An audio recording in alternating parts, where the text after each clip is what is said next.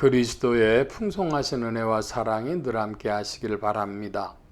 오늘 이 아침에는 고린도전서 제12장 12절로 20절까지의 말씀, 생명의 삶 큐티 6월 5일자 말씀입니다. 12장 12절입니다. 몸은 하나인데 많은 지체가 있고 몸의 지체가 많으나 한 몸인과 같이 그리스도도 그러하니라. 우리가 유대인이나 헬라인이나 종이나 자유인이나 다 한 성령으로 세례를 받아 한 몸이 되었고 또 다 한 성령을 마시게 하셨느니라. 몸은 한 지체뿐만 아니요 여럿이니 만일 발이 이르되 나는 손이 아니니 몸에 붙어 있지 아니하였다 할지라도 이로써 몸에 붙지 아니한 것이 아니요 또 귀가 이르되 나는 눈이 아니니 몸에 붙지 아니하였다 할지라도 이로써 몸에 붙지 아니한 것이 아니니 만일 온몸이 눈이면 듣는 곳은 어디며 온몸이 듣는 곳이면 냄새 맡는 곳은 어디냐. 그러나 이제 하나님이 그 원하시는 대로 지체를 각각 몸에 두셨으니 사람마다 다 한 지체뿐이면 몸은 어디냐. 이와 같이 지체는 많으나 몸은 하나라. 고린도전서 12장 12절로 27절까지의 말씀을 보면은 지체가 많으나 한 몸이다. 그런 말씀을 주고 있습니다. 여기에 지금 사도 바울은 거론하고 있는 대상이 유대인이나 헬라인, 그러니까 민족적 배경을 가지고 역사적 배경을 가지고 나누어지는 사람들의 분류가 되겠습니다. 유대인이냐 이방인이냐. 그런데 유대인이냐 이방인이냐 안 하고 헬라인이라고 했던 것은 그 당시에 헬라인들은 지구상에서 가장 높은 문명을 가지고 있다고 그들이 자부하고 있었습니다. 그래서 나는 헬라 사람이다. 이게 굉장히 자신들의 자부심이 되는 것이죠. 유대인들은 우리는 하나님의 백성이다. 그런 자부심을 가지고 있었습니다. 그러니까 유대인이나 모든 이방인이 아니라 유대인, 헬라인 할 때는 각각 자부심이 있는 그런 민족들, 역사적 배경을 가지고 있는 것이니까 이 둘이 참 하나 되는 게 쉽지가 않았습니다. 고린도는 헬라 지역에 속해 있었고 그래서 굉장히 자부심을 가지고 있었는데 유대인들과 하나 되는 것이 그러므로 쉽지가 않았습니다. 고린도 교회 사람들은 자신들은 헬라인이고 또한 그리스도를 믿은 사람들이기 때문에 구약을 믿는 유대인들보다는 우리가 더 한 수 위가 아니냐 이런 생각을 가지고 있었던 겁니다. 유대인들은 당연히 자신들이 하나님의 백성이요 그리스도를 믿고도 중심은 우리다. 그런 생각 가지고 있었으니까 유대인들, 거기에 대항하는 이방인들, 그 중에서도 헬라인들은 굉장히 서로 팽팽하게 대립하는 그런 모습을 가지고 있었던 것입니다.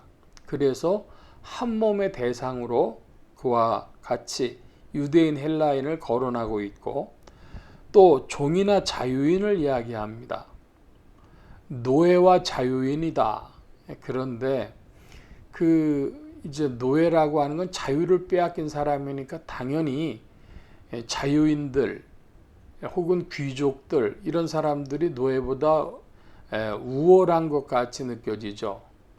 그런데 노예들이 사실은 거기에 그것을 순종하고 수용하고 받아들이는 사람들이 그렇게 많지 않았습니다. 누가 노예가 되냐 그러면 전쟁을 해서 진 그 쪽에 귀족들이나 왕족들이나 이런 사람들을 노예로 많이 잡아왔습니다. 그러니까 고대 사회에서 노예가 됐다고 해가지고 그 사람의 배경이 그렇게 없는 사람들이 아닙니다. 그래서 이들이 어떤 때가 되면은 반란을 일으키기도 하고 이랬죠.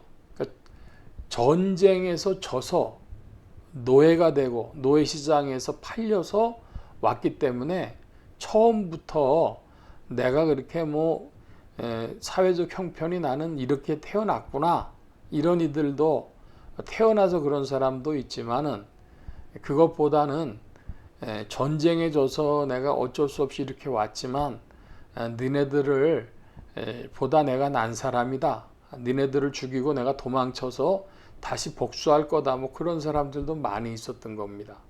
그래서 지금 유대인과 헬라인의 민족적 갈등이었다면, 종과 자유인들도 사실은 사회적 갈등이 있었던 겁니다. 이런 이들이 다 한 몸이 되어지는 것이죠. 그리스도 예수 안에서 그 한 몸이 되어지는 예를 들고 있는데, 19절, 17절 말씀을 보자면 눈과 귀와 코에 대해서 이야기를 합니다. 눈은 보는 기능이죠. 귀는 듣는 것입니다. 코는 냄새 맡는 것입니다. 각각의 지체들이 할 일이 다른데, 귀 보고 왜 너는 못 보냐, 그렇게 얘기하는 건 말이 안 되지 않습니까? 오늘날 이제 그 의과학이 발달해 가지고 보니까 어떤 한 사람이 있으면은 그 세포 안에, 그러니까 눈과 귀와 코가 각각 모양을 달리하지만 그 세포 안에 있는 DNA가 머리부터 발끝까지 하나로 동일하게 나타난다는 거예요. 참 그렇게 이야기를 하니까 아는 것이지 잘 모르죠. 그런데 과학자들 얘기는 세포를 하나 떼어내도 그 DNA가 온몸하고 같다. 그런데 그렇게 해서 구성하는 것이 눈은 눈으로, 귀는 귀로, 코는 코로 작동을 하는 것이지, 그 귀에게 너는 왜 못 보냐, 그렇게 말할 수는 없지 않습니까? 각각 하는 일들이 다 다른 것입니다. 그래서 MBTI라고 하는 것을 보면, 그래서 어느 이제 회사에서들 처음에 한 10년 전쯤에 회사에서들 많이 사용했다고 하는데, 업무 분담을 시킬 때 저 사람은 총무과를 보내야 되겠다, 저 사람은 영업팀으로 보내야 되겠다, 해서 기획팀으로 보내야 되겠다, 이렇게 따로따로 나누는데, 보니까 그 사람의 가지고 있는 성향들, 역량들, 이런 관심들, 이런 게 다르지 않습니까? 그러니까 적재적소에 사용하기 위해서 그렇게 됐는데, 그럼 하나님이 그렇게 다 사람들을 다양하게 만들어 놓으신 것입니다. 체질을 가지고도 나눌 수 있고, MBTI를 가지고도 나눌 수 있고, 애니어그램을 가지고도 나눌 수 있고, 여러 가지로 다양한 사람들의 그런 성향과 관심과 체질과 이런 것들이 있으니까 이것을 한 가지로 질문해서 안 되고, 그 다양한 것들이 모여서 한 몸을 이룬다, 그리스도 안에서 하나다, 이걸 우리가 기억해야 되겠습니다. 그래서 18절에 이제 하나님이 그 원하시는 대로 지체를 각각 몸에 두셨으니, 손은 요즘에 로봇 얘기해서 로봇 손 만들기가 참 힘든다고 하지 않습니까? 손은 손대로 할 일이 있고 발은 발대로 할 일이 있잖아요. 그러니까 모든 것들이 다 하나님이 원하시는 뜻 가운데 주어진 것이다. 그러면 사람에게 뭘 구하면 되느냐? 사람에게는 협력, 합심, 이런 것들을 하나님이 구하시는 것이죠. 합심하고 협력하고 그리고 이제 단결하고, 그런 것들은 공동체가 되고, 이런 것들은 사람들이 지상에서 씨름하며 해야 할 일입니다. 지상 교회의 지체들, 신자들은 이 사실을 깨닫고, 하나님이 우리를 다양하게 만드셨으니까 나와 다른 사람들과 합심해야 되고, 그래서 협력하고 합력해서 주의 뜻을 이루고 선을 이루어야 되겠다, 그리스도의 공동체를 이루어야 되겠다, 그런 결심들이 있어야 되겠습니다. 교회 안에서 다른 것을 보지 않고 하나님의 뜻, 그리스도의 뜻을 그리스도의 지체로 우리가 한 몸이 되도록 부르셨다고 하는 사실을 인정한다면은 우리가 다름을 강조하는 것이 아니라 주님 안에서 한 몸됨을 강조하고 서로 합력해서 선을 이루어야 할 줄로 믿습니다. 오늘 말씀 여기까지 봅니다. 기도합니다.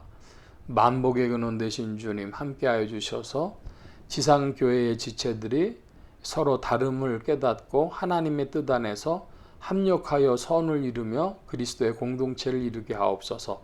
성령님이 모든 일을 지도하시고 인도하여 주시기를 구하고 감사하며 의지하올 때에 예수 그리스도의 이름으로 기도하옵나이다. 아멘.